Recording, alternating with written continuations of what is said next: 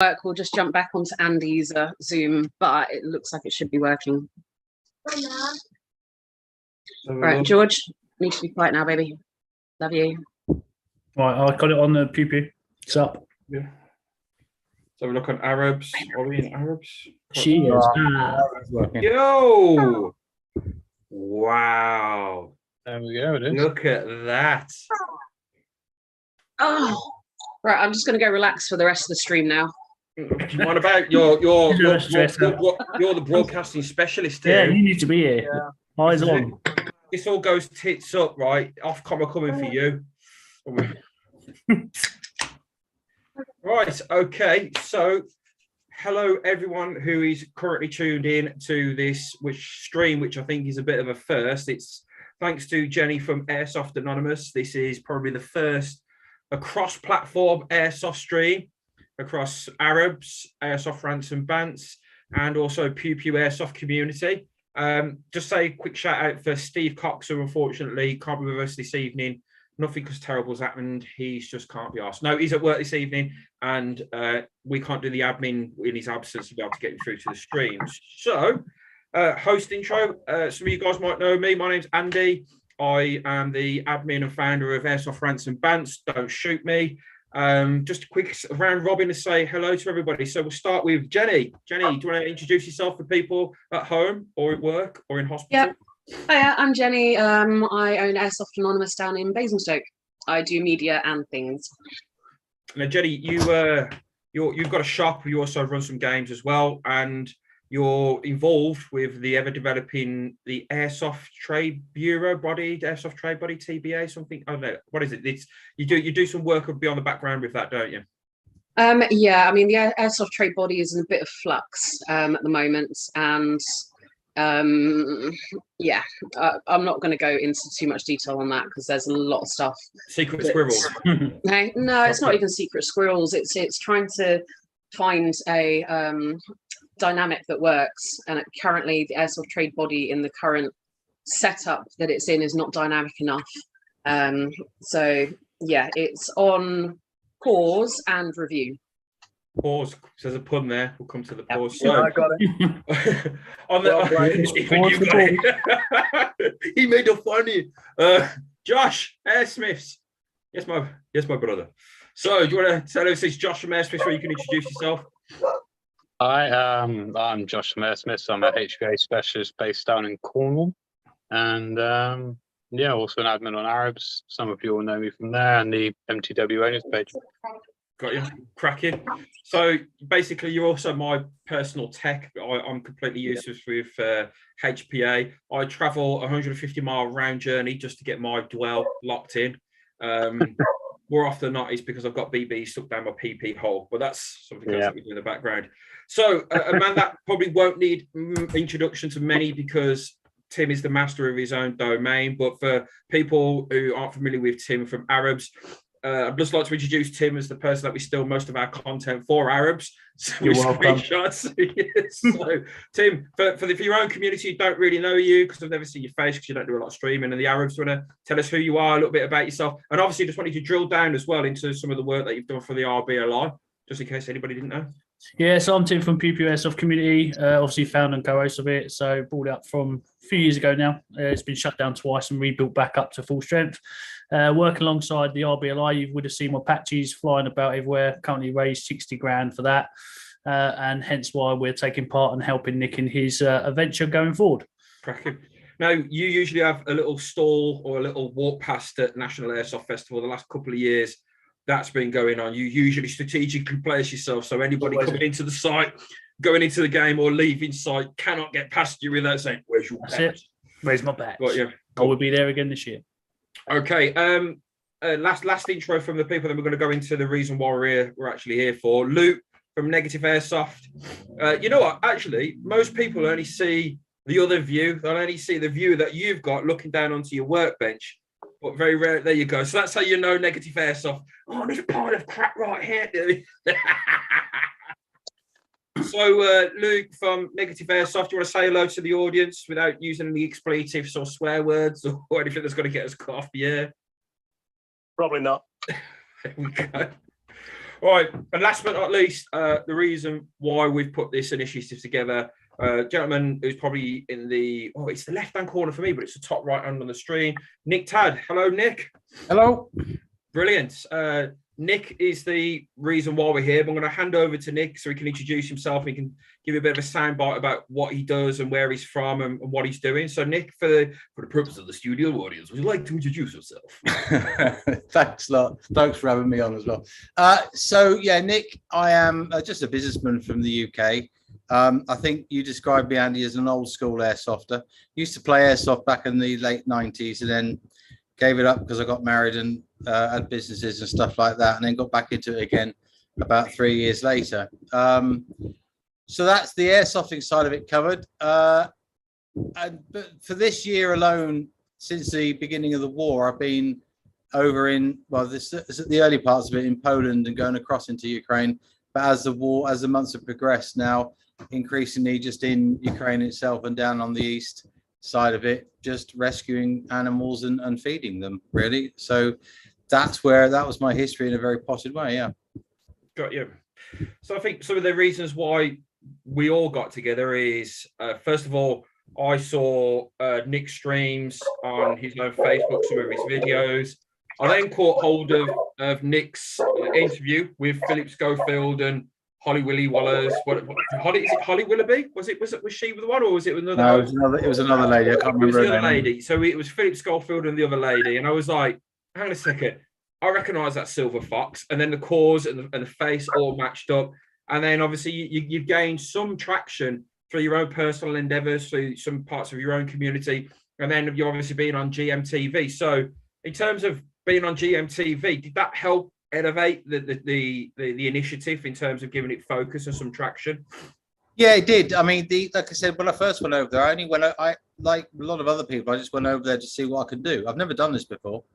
So I decided I'll just go over there. I got some time and a couple of quid in the pocket, and I'll go over there and see what I can do to help out.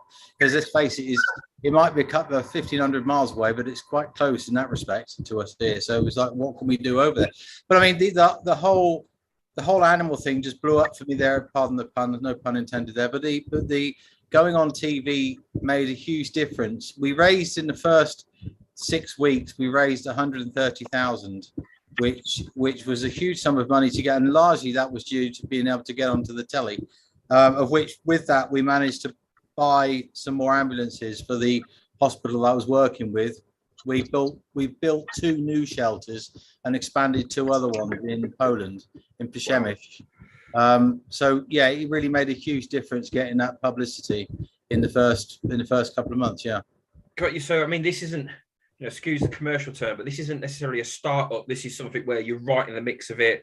You're actively, procuring or acquiring different tools, different vehicles, different logistics in order to be able to facilitate this. What's the next steps for you? What is exactly that you need that you haven't already got? What's the next sort of chapter of this initiative?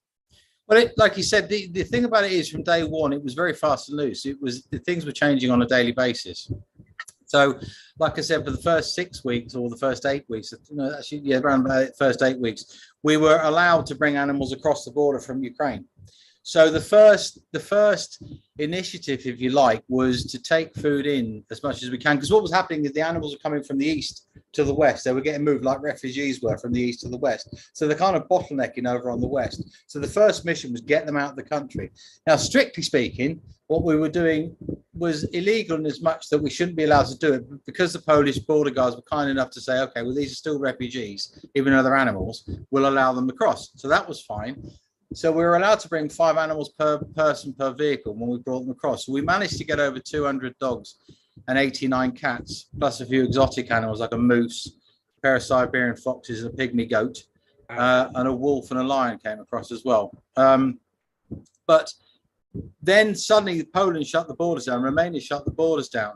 So at that point, the whole thing changed to, well, how the hell can we feed them? We've now got to feed these animals when they're over there because they're getting stuck. So it moved to how are we going to feed them? But then when the Russians started moving out of the existing places, then how are we going to rebuild the shelters that they've destroyed? For example, there was one particular shelter we used to go to just on the outskirts of Kyiv, and it got bombed 5 times. They lost 500 dogs and 300 cats. I did an interview in a bomb crater about 40 feet away from the shelter, and this is a plane bomb. And if that had landed in the shelter, it would destroy the whole lot. But it landed 40 feet away, thank God. But literally, they've been rebuilding this thing every few weeks, and then the Russians would come in and bomb it. So we had a whole thing of rebuilding. So the whole thing has been evolving as we've gone through the summer. Now what we've recognized is if we go down to the east in the Donbass area and Luhansk and Donetsk and places like that, we're finding that we still need to feed the animals over there, and indeed the people. Let's be clear, this has got to be fed as well. But the biggest thing we've recognized right now is the winter. Now, I know we're in the middle of summer, I know we're in sweltering heat, and believe you me, it's hotter over there, which is kind of weird because you always think Russia, you think cold, but it's really swelteringly hot over there. But the problem with the winters over there is they're bitter and they're brutal, properly brutal. So you could be down to like minus 35, and these people have got no electricity, no food, no gas, no nothing. And if they light a fire to cook something in, the Russians see the smoke and they bomb it. So it is a real problem. So what we're having to try and do now is we need to rent a warehouse near Kharkiv and basically stockpile it with food so we can start over the winter period until at least next spring, start eking the food out to the areas around the Kharkiv places. So you can see it's very fluid. You know, I could be speaking about this today, and next week something else will come up and go, shit, now we're going to focus a little bit on that side of it as well. But realistically, in the main, it's about getting the animals better health, and then obviously getting them fed as well. I mean, I'll just give you a bit of a soundbite of why I wanted to get involved. Was from the airsoft community perspective, there's a lot of what I call plastic operators, and there was this surge of people requesting for, right, I'm going over to the Ukraine, I want body armor, I want this, I want that, and it was the typical last line of defense airsoft that thought they could make a contribution, and there would have been a pain in the arse if they'd have gone over there and started thinking they could, you know, operate in any capacity, you know, whether it be from a military operations or just getting involved. Where you've taken a completely opposite approach. You've got, I'm a civilian, I'm not going over there with military experience, I'm not pretending I'm going to have any military experience. In fact, I'm not going to apply myself to a combat role. And then what I'm going to do is I'm going to go for probably the most under-recognized victim of war, which is animals. You know, so how did you get your mindset into that and away from the humanitarian aspect of it? What was it that drew you to the animal cause and away from the humanitarian one? That's a good question. And one of which I'm not entirely sure of the answer, other than I just like animals. I mean, look, let's be clear on this one. If you look into the eyes of an animal, a dog that's been left tied to a lamppost or a train station, where the owner has come all the way across from Donetsk, got to Lviv train station, only to be told you can't take the dog with you, and he's got to make a choice. Do I take my kids and leave the dog, or do we all stay here? That's a hard decision to make, and those decisions were made. And when you look into the eyes of that dog and you go, it's got no way of understanding what the hell's just happened to it. And you can't help but go, you've got to do something here. You've got to try and do something here. It's a really hard thing to do. I couldn't do that. We spoke about this before the stream started about, you know, would you make a choice out of, you know, would you leave your animals behind? Luke, you said that you would never do that. And it's true. You would never, I couldn't do it. But those decisions were made, and so that's when I decided, no, we've got to help the animals here, because they're the innocent ones. Well, there are obviously human beings are innocent as well, but you don't tend to see many human beings walking across land, you know, places where there's landmines, because they know better, but the animals don't.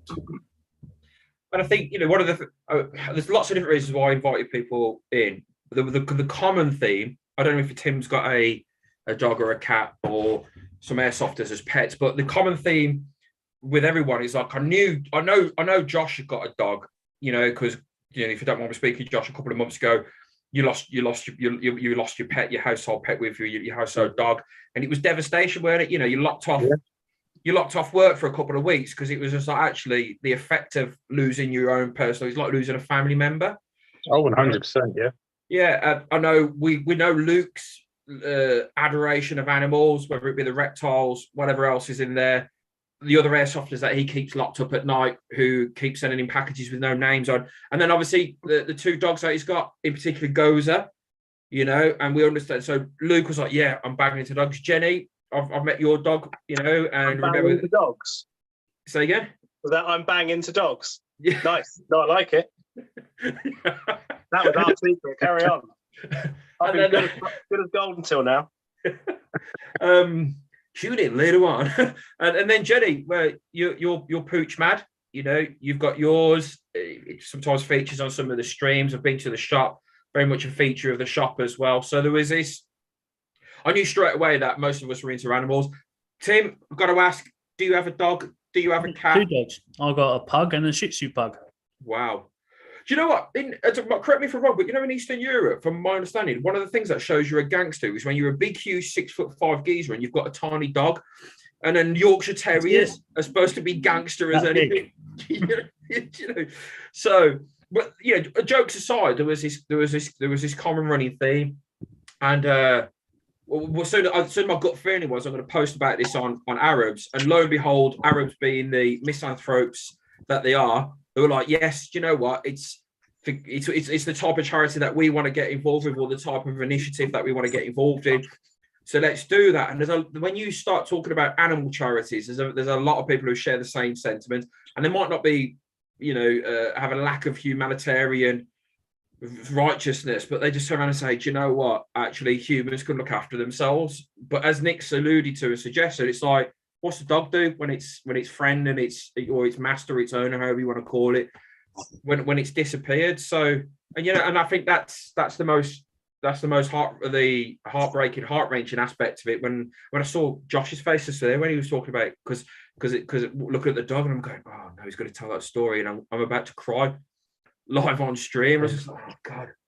But I totally get it, and I think that was a thing that made me go, yeah, you know, everybody. If anything happened here in the UK, you know, would we be as noble as to defend our pets as what it would be to defend the land and all the other crap that comes with it? So you know you've had a fantastic response in the UK because you've generated some cash. You've been on GMTV. The cause is fully flowing. But how are the people in Ukraine taking to what you're doing? How are they embracing you, or how are they showing signs of appreciation, so to speak? Well, first of all, when you go in the early days, if you were going through checkpoints, a lot of the army there were jittery. Everywhere there's checkpoints everywhere. You can't get anywhere with that kind of thing. I mean, it takes you 2 days just to get from one side of the country to another. But there's checkpoints everywhere. In the early days, if you had a camera in the car, they thought you were a Russian spy. So it was very. It was a bit dicey at the time when you used to get a gun to your head and said, "What you shooting today?" You know, as in the camera. But now they've sort of, and because they've seen the same vans going across, and they tend to start seeing the same faces and stuff like that.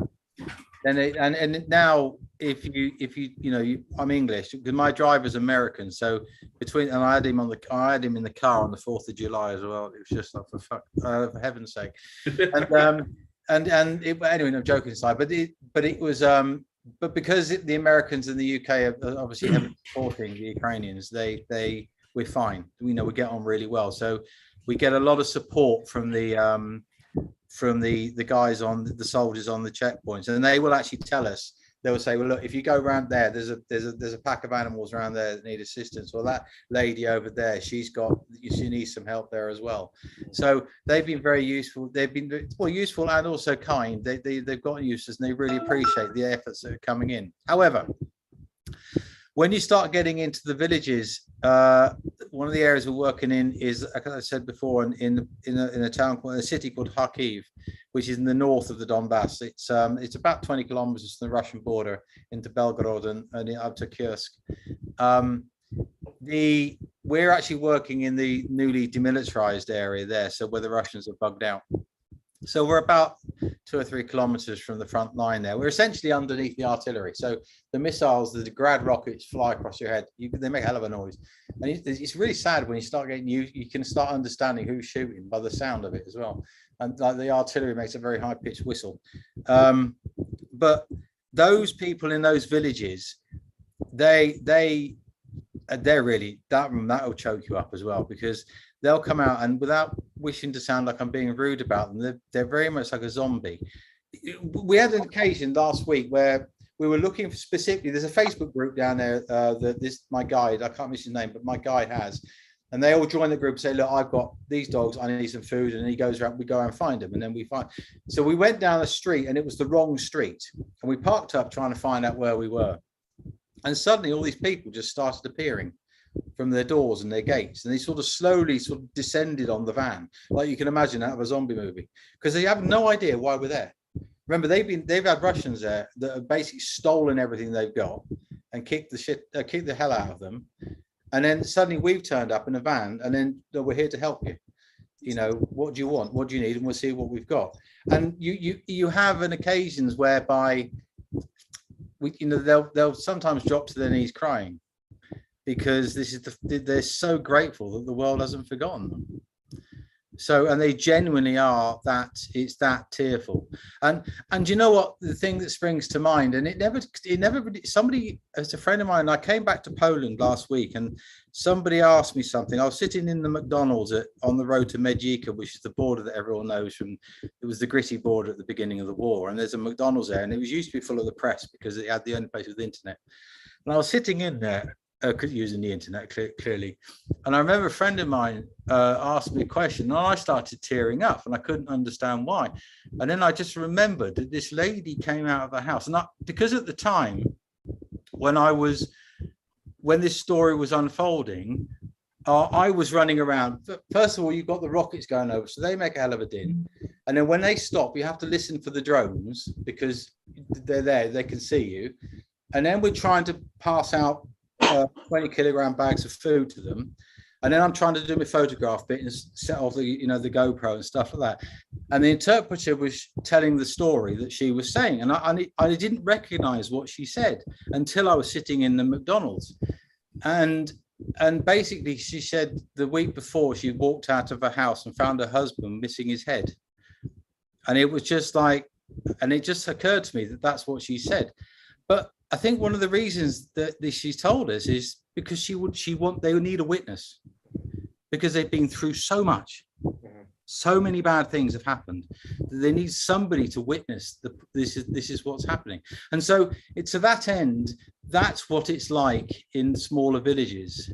You go to places like Kyiv and Lviv, they're pretty normal. They're very cosmopolitan. Everyone's having a good time. It's cafe culture type stuff. But you go around into the Donbass and Donetsk and Luhansk and places like that, and it's a different game over there. But all I can say is, to a man and to a lady, they're all so incredibly tearfully grateful that no one's forgotten them. So it really is quite something to go down to there. Really, it's quite moving, really. And in many ways, as we talked about earlier, you were talking about people's pets, and for the vast majority of people, they're a family member, and for some, they're a form of security, and for some, they're part of their agricultural setup, they're part of the workforce, So obviously, at some stage, the shelter, getting them into other areas, and touch wood, in the non too distant future, we get a ceasefire or an end of hostilities, and it must be some point where there's got to be a repatriation. So you're getting this of going, somebody's going to help you out. The presidents are saying the reality is might only be a team of small people, but there are some of us that don't just care about your political plight, but your actual physical on the grounds. And then hopefully, in the next coming months, years, the sooner the better, there's going to be some form of repatriation with these pets. It says canine, but it's dogs, it's cats, there's horses, there's all sorts in there, isn't it? So do you hope for one day where you will be able to facilitate a repatriation, or do you just focus on the here and now and concentrate on that? Well, the right now it's the here and now, because like I said, everything is too brutal. You can't really take your foot off the gas and go and focus on something else. We have to. There is at some point we have to. I mean, one of the things that we are doing at K9 is, at some point we are going to need large sums of money, of which I'm going to go and beat up anyone I can, the big blue chip companies to sort of assist with that, because we need to build what's called a traces shelter. Now, traces, TRACES, is a way that commercial animals are taken across borders. So the biosecurity is very, very different than to a companion animal. They have to be more secure because obviously you need to move cattle across. They can't be sitting around on a border. They got to shift them. So there's a thing called the traces thing. Now, in a village called Krakowec, which is just outside of a place called Rzeszów in Poland, there is we can build a shelter there. We can get the land, but we can build what's called a traces shelter. So we can build some form of clinic whereby we can take the companion animal and essentially, for the want of a better way of putting it, rebrand them as a biosecure animal, in which case then we can start moving them across the borders, because at the moment nothing's moving. You can't move them. We've got this big bottleneck happening. So that is something that needs to be dealt with in the not too distant future. Obviously right now it's getting through the winter is more important than anything else. Repatriation. I got to ask this many times on the news and the newspapers and stuff like that. My answer sadly is, well, sad. It's highly unlikely there's ever going to be any form of repatriation, because like I said, in the early days, you know, we could be taking in a dog that might have come from Mariupol, but it's been through about 4 shelters to get to the one in Lviv, but we pick it up, bring it across the border and put it into care in the hospital, you know, in the clinic. How the hell are we supposed to know where it's come from? Yeah. So only 20% of dogs are chipped in the Ukraine, and most of them will be pedigree dogs, and a large number of them did make it across the border with their owners. So some of those did make it across, not all of them, but some of them did. But you get most of the dogs there are not pedigree, so they're not treated. The relationship between humans and animals over is somewhat different than it is here. Whether rightly or wrongly, I don't. It's not for me to say. But you know, you could have what they call chain dogs out there, which essentially are just alarm systems. That's all they are but we see it as a dog, but they see it as an alarm system. Again, I'm not making a comment on that one, but the relationship's somewhat different. So the idea of getting anything repatriated is going to be very difficult. There's going to be the odd one or two, like I said, the lion that came across. That might be because clearly a lion is a lion. If it came out of someone's personal house, which this one did, then clearly that one, if they allow it. I mean, we came across an eagle in a wildlife place just outside of Lviv that came out of an apartment in Kharkiv. I mean, this thing's huge. I mean, it looks like a golden, but it's clearly bigger. It's about the same size as a whitetail, you know, which you see up and around Scotland. But the fella had it because he used to be on the streets with it. That was, you know, he got his money that way.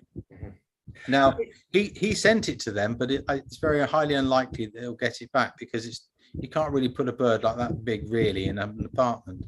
So the idea of repatriation is a lovely one, but it's probably not going to happen. What the point is, we just need to give them a good new home.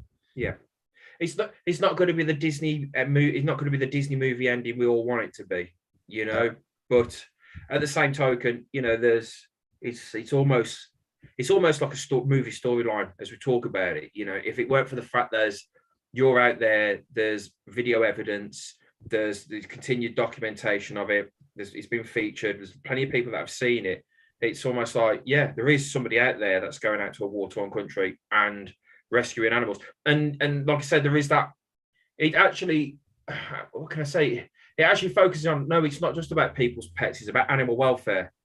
You know, so it almost, again, to a certain degree, separates the humanitarian aspect of it and goes, look, this isn't about bringing pets back to their owners, because that just benefits the owners. The actual true beneficiary here is the animal itself. Jenny's just gone off screen. She's probably hugging and crying and kissing a dog. Oh, and she's back. There she goes. Luke, you're like one of the most, not I wouldn't say pessimistic or nihilistic or anything like that, but it's like this has really captivated you, hasn't it? Like, I remember talking to you, it was like, yeah, I'm doing this charity. It's to do with animals. You're like, I'm in. Didn't want to know anything else. I am the way I am because people have caused me to be the way I am.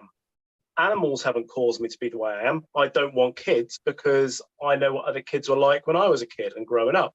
So I quite like people, but I hide it really well. I don't know where I'd be without other people. But I know that it was never animals that did me any harm fucking ever. Didn't happen. So I feel like I have a closer, not a closer bond, but a stronger respect for animals. Not so much more than people, but that's something that I can jump on and go, yes, that is something that I would care about. Because, like you said, I am reasonably nihilistic. So whenever the people, you saw the guys in A.R.A.B.S and all these, it's so hard not to swear, all these different groups, you know, something's happening in Ukraine and I want to get together with that girl over there. So I'm going to pretend and be Bertie Big Balls and I want to go over there. And it's like, shut up, you know, just be quiet. So for someone to go over there and go, there are other creatures, other sentient beings suffering, and they don't know why it's happening, physically and emotionally. Yeah, okay, chain dogs. Chain dogs don't tend to attack their owners because there is a bond there. You know, even on that low level, there is a bond. And you know, my dogs drive me nuts. In a lot of ways, I prefer my snakes. They don't make a sound. But you know, when you look at the animal and it looks at you, and it doesn't just look at your face and recognize you. It's looking past. It's seeing your soul. So there's something there that is very, captivating, and it makes me want to go, there's something here that I would jump on. In the past, I've done little bits, you know, people say, help me out with this thing. Do you have this thing? Do you have one of these in your bits box? Yeah, what do you want for it? Throw some money at the reptile charity. Because again, in the UK, it's a bit of a pet peeve of mine. There are loads of dogs and loads of cats in shelters with the RSPCA, and you try to adopt one and they say no because you haven't got a big enough place. And the place I was living in, the garden was colossal. The house had 2 kitchens, for Christ's sake. So, you know, I didn't do it. That's somebody else. But it was their house. But it's like, well, you know, but I don't fit into adopting this animal.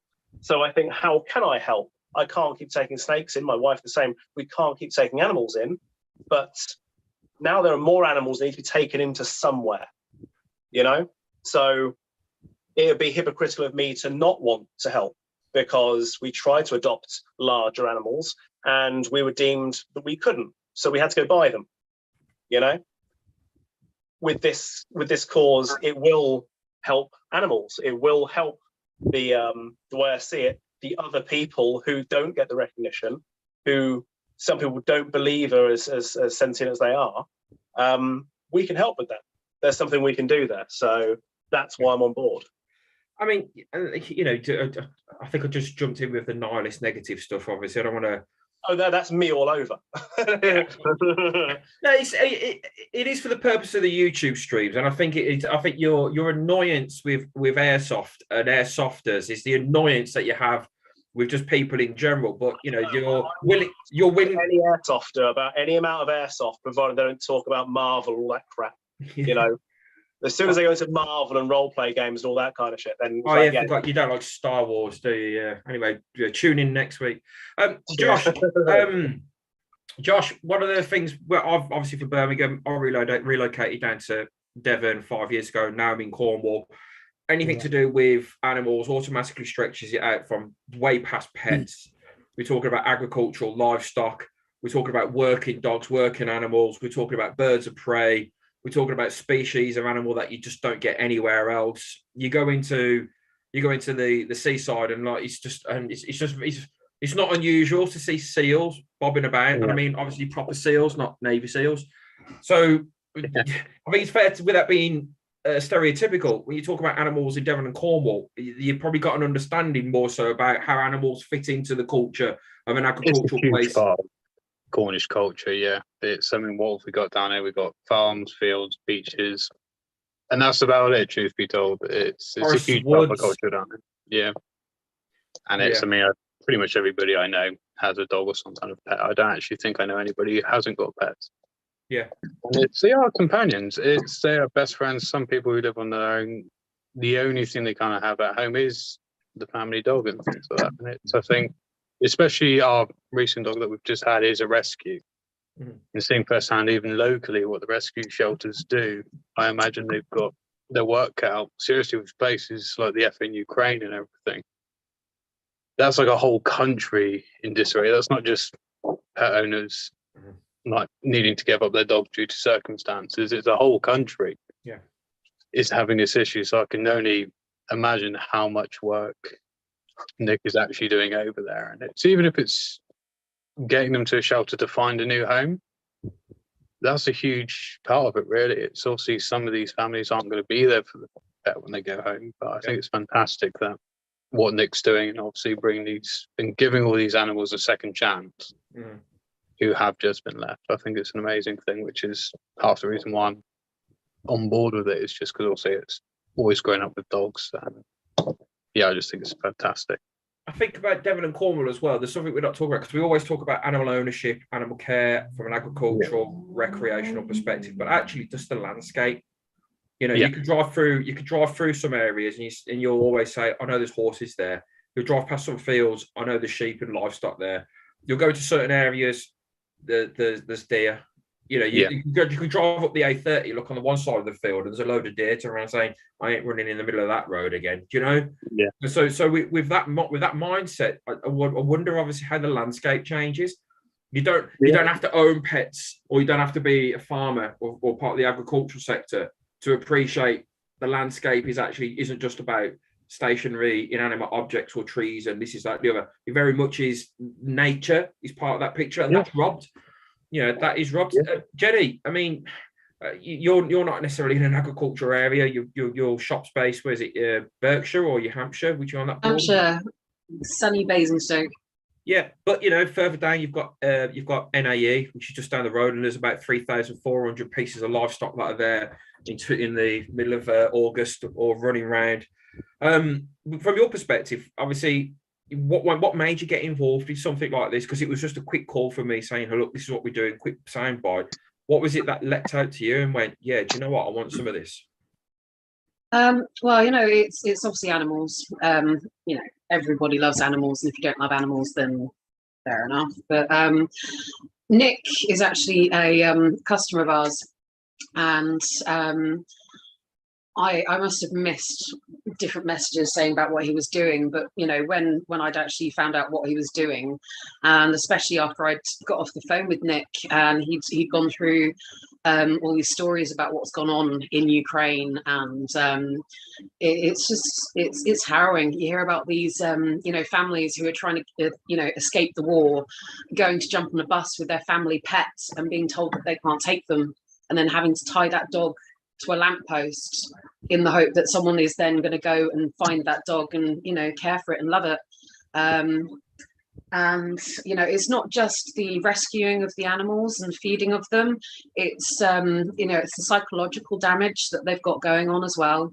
And you know, that's something that's going to be really important for the rehabilitation of the animals, which, you know, is something that Nick and his team are doing. They've got specialists, you know, that they are working with, and they obviously need more. They've got a lot of work to do. You know, as Nick said, in Europe, they've got a different attitude and approach to, you know, animals. So they maybe haven't got the right levels of support out there that's needed. And obviously Nick's coming along and bolstering that, and you know, boosting the efforts of everything that's, you know, needed out there for them. And I guess you know, you've touched upon something there, like the psychological impact. And obviously, when we talk about anything in a war-torn area, it's the psychological impact of war on people. You know, we're going to not skirt past combat PTSD because it's a massive thing in any war effort, but we're talking about the psychological impact on animals. And obviously, the first thing is people will think about is dogs and cats, you know, people's pets. But if you actually look at that on nature, wildlife, etc., livestock, that's going to decimate areas where you've got natural habitats which may never, you know, be the same again, and that'll have a knock-on effect on the ecosystem. So the not doing this isn't just about losing pets and animals and you know, hopefully one day given them new homes, but it could have a you know, direct effect on Mother Nature. And obviously, yeah, compared to global warming, probably thinking, well, you know, we've got more pressing matters to worry about than dogs and cats in Ukraine. It's like, no, you don't think you quite understand the knock-on effect of this. If you, especially in the agricultural aspects of the Ukraine, because of its impact on, you know, on the world food economy, so to speak, there's a lot more at stake that people aren't realising. No, it's not to say that this initiative's going to solve all of those problems. If it could, great, brilliant. But there's a lot more at stake other than just the animals itself. There's Mother Nature in the background as well. Tim, you were one of the very first people that I jumped straight onto, and the reason for that being in the airsoft community. I see he's all getting moves. I know what Andy's going to say, right? When it comes to airsoft, time for me just to yeah, you're probably the biggest fundraiser or biggest recognised fundraiser for charitable events or charity fundraising within the airsoft community. You know, and obviously the A.R.A.B.S patches, the Pew Pew patches themselves have raised, what is it, around about £60,000? 60,143. Okay, and I'm not saying you've single-handed do it. You're the spearhead of that campaign, and your methodology has been, yes, selling patches to individuals, but you've been selling patches to shops, sites, etc. Yeah. So obviously, I was approached to do this, obviously, to help a guy out who suffers from PTSD. It's very hard to say no to that. And then it just literally, I've got the group, haven't I? So I've got the group to actually deliver what was needed. I just needed to get people behind me to support and basically buy into what I was doing. Obviously, we've made it a success, but it wasn't me. I just made the patches and said, please come and buy them. It's the people that buy them which makes it a success. It's the people that go, send me 10, send me 20, send me 50, send me 100, pay up a front. They've all contributed. It's all the airsoft community has contributed. Without the airsoft community, I would have probably sold £1,000 worth, in all fairness. It is literally the driver. It's not me. As much as I'd love to take credit for it.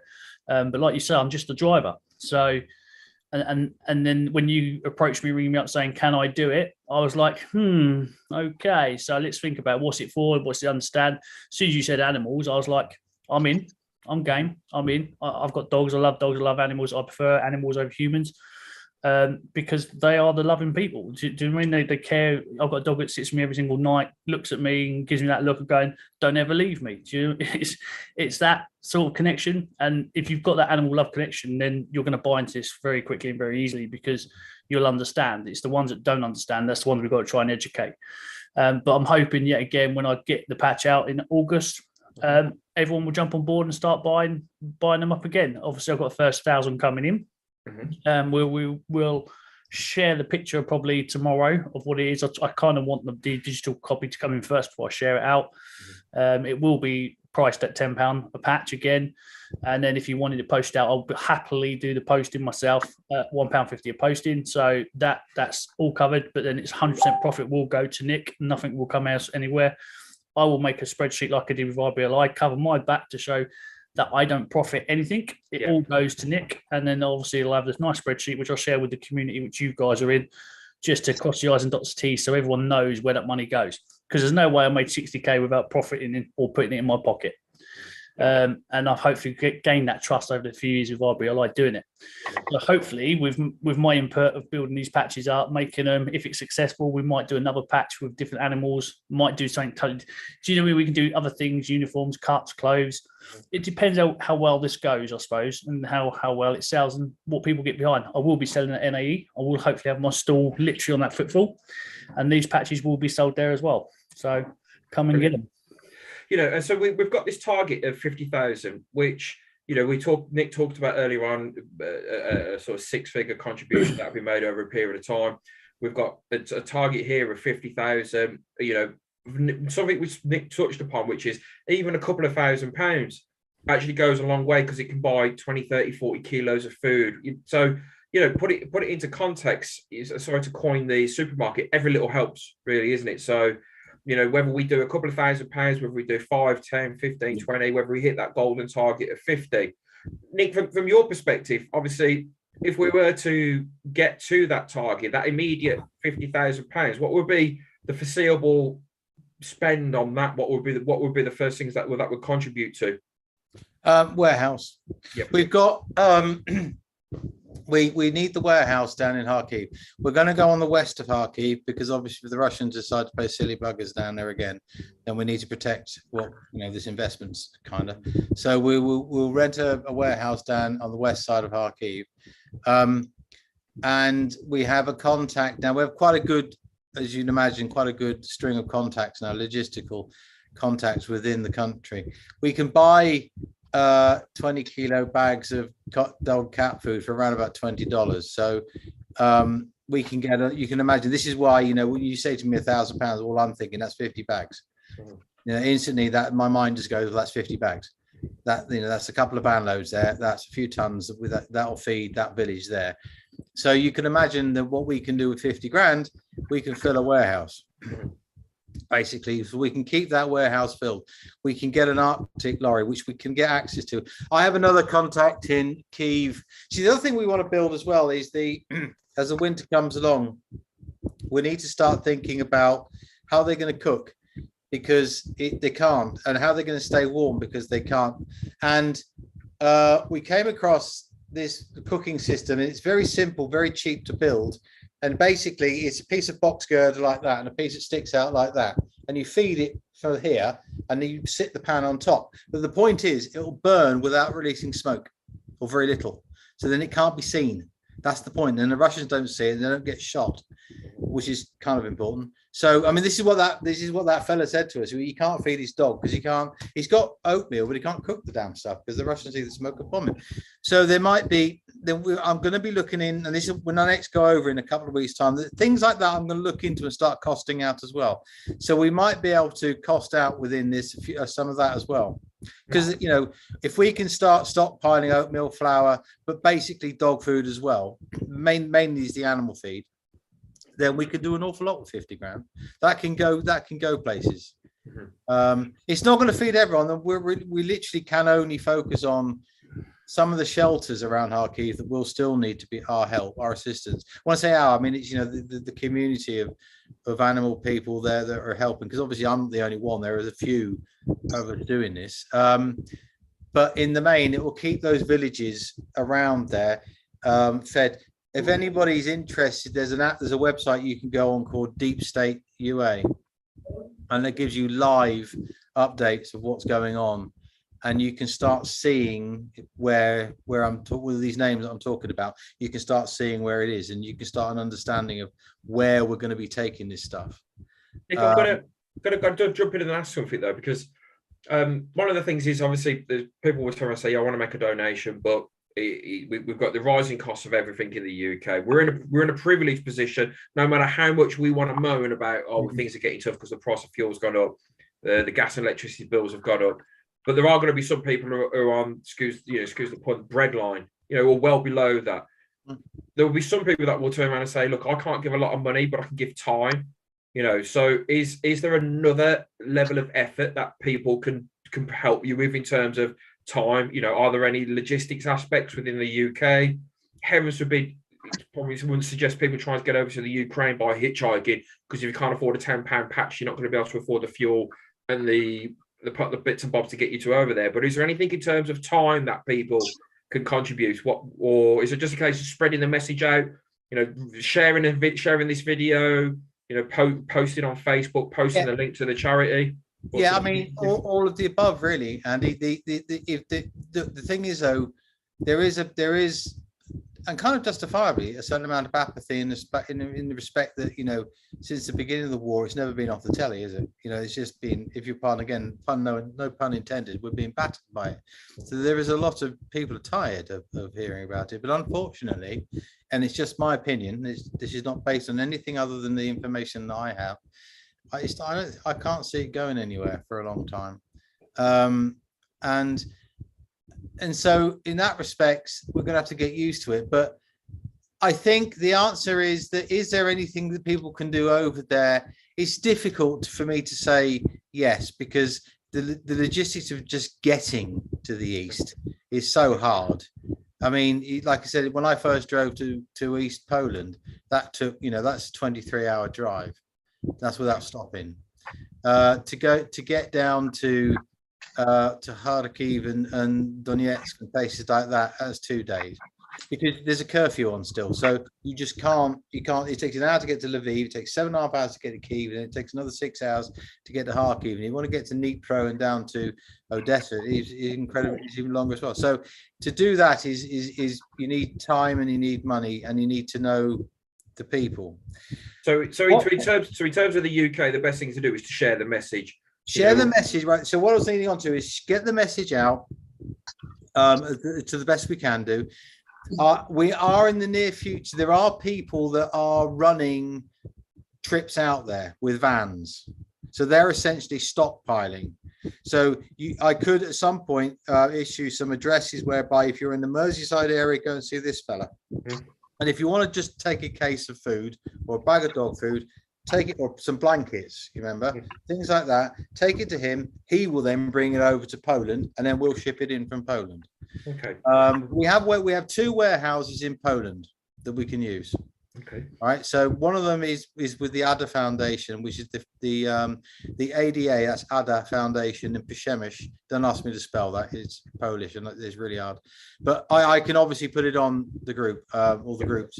But we have a warehouse there that will gladly take the donations. If I'm not there, they'll ship them out anyway. I mean, they tend to stick stuff on trains, so they can put 16 tons onto a train and ship it straight down to Odessa.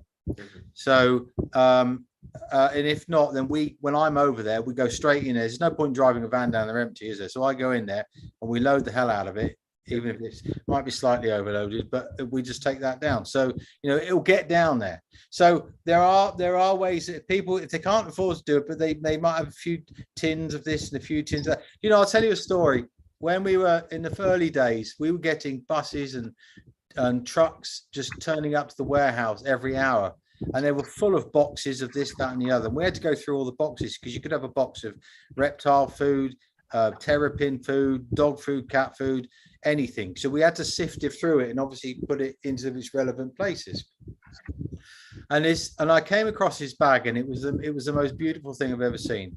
This lady from County Durham, she'd hand knitted 7 blankets for dogs. Hands knitted with a little note on them saying, take care. Isn't that wonderful? Yeah, just what a gesture that is, that's truly wonderful gesture. So, there are many things that people can do. The main thing is I would have to find you places to take the stuff, but that's not impossible because I do know of people that are doing. Obviously, my head's been over in the Ukraine and I've got the logistics over there, but I still know people over here, and obviously I can put posts we can put on the groups. If people want to do it, then obviously that's where they want to take it. But getting the message out, clearly. Brilliant. I think one of the things to bear in mind, we've just started this. One of the things we didn't do was talk to people in the comments. I've not read any of the comments in the stream, but I think if we pin this up to the groups as an announcement, etc., and every now and then just give a little updates, post that, and let's touch base probably every month or every couple of months, see how things are going, and in particular towards when it comes into the winter, because I think that's the thing to drive home, and I think there'll be a small amount of synergy of people realising they're having to cut the gas down and they're going to have to stay cold, they're going to have to wrap up warm. And it's exactly what you said. I think there's always going to be a little bit of apathy, maybe a lack of empathy because of not understanding that particular situation.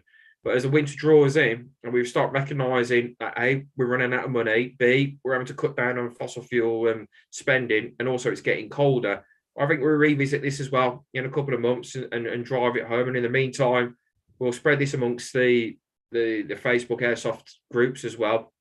I'm always keen to keep my personal life and my airsoft life separate, because I don't know how many of my friends and family would laugh at me if they knew I was running around in the woods with toy guns, pretending to be a soldier. On the flip side, there has to come a point where I want to start talking to my own Facebook streams and turn around and saying, do you know what? Out of anything that I've been involved with charity-wise, it's always been about, cancer, kids, hearts, this is that, other. This something about this is ringing that a lot of people would buy into it. I don't think I've got any friends that don't like dogs or animals of some description, and maybe that's it. Maybe there's this wider community which is like, do you love animals more than you love people? Yeah, get involved with this then. And I think that sentiment is actually something that we've all shared, which is if I could trade 4 people for a dog, then see you later, those 4 people, that dog's coming home with me. So I think Luke's got the serious eyebrow there. It's like, yeah. So with that in mind, I think we're going to close off the stream there. If we can leave it up and running, whatever links, tags, I think it'd be great to get the GMTV slot put on there? Any other links to some of your Facebook videos? Anything at all which is appertaining to this cause? And let's try and drive this home. When are you next departing to get over there, Nick? Beginning of August, a couple of weeks' time. Okay. I'll be over there for a couple of weeks. We are spending pretty much most of the time down in the villages on the front line, because last time we were there, we were to and fro quite a bit. And it's just a waste of time being in the vehicle all the time. So we're spending more time down there. And obviously, if we can sort out the money. Look, I want to say to everyone that, first of all, thank you to everyone for jumping behind this one, because it's what Tim said. Haven't done anything. We've done nothing. Seriously, you've done more. Thank you. Well, you've done more than you think you know, because just getting this out and getting behind it is truly wonderful. The thing is, though, it's never about one person. It's always about the greater good of everyone doing this one, because a little bit from everybody makes the difference. And that's the truth of it. I've been on the phone today, basically beating people up within my industry to give me money. They can afford it. These are companies. They can afford a couple of grand, right? But the point is, if we sell these patches and we can make a few grand there, and we get a few grand from there, and we get a few grand from there, collectively, then we get the 50 grand. And that was a collective effort, and I have to say, let me just tell you something. This is important to me to tell you this one, because I was expecting to find, I don't know what I was expecting to find when I first got down. I've never done this before, but I was expecting, charity work brings out strange people, really, and sometimes very strange people.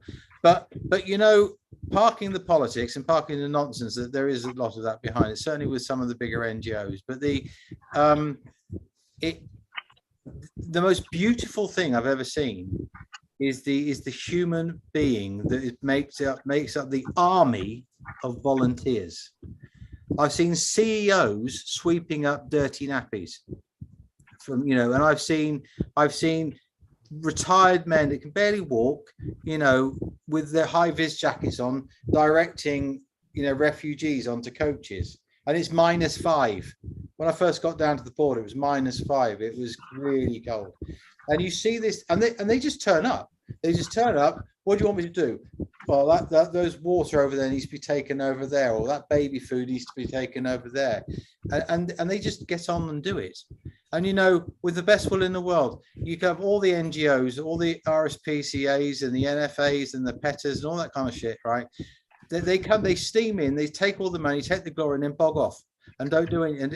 But the nice thing is, I want everyone to know that there is a huge army of fantastic people that still remain there. And they do the work, and they're doing it without any glory whatsoever. And we must never forget them. And that, it goes with, so it's down to a collective effort that's making this happen, really. There's no individuals making this happen. It is everyone working together at whatever level they can do to make this happen. But the good news is we can do this. We're doing it. It is happening.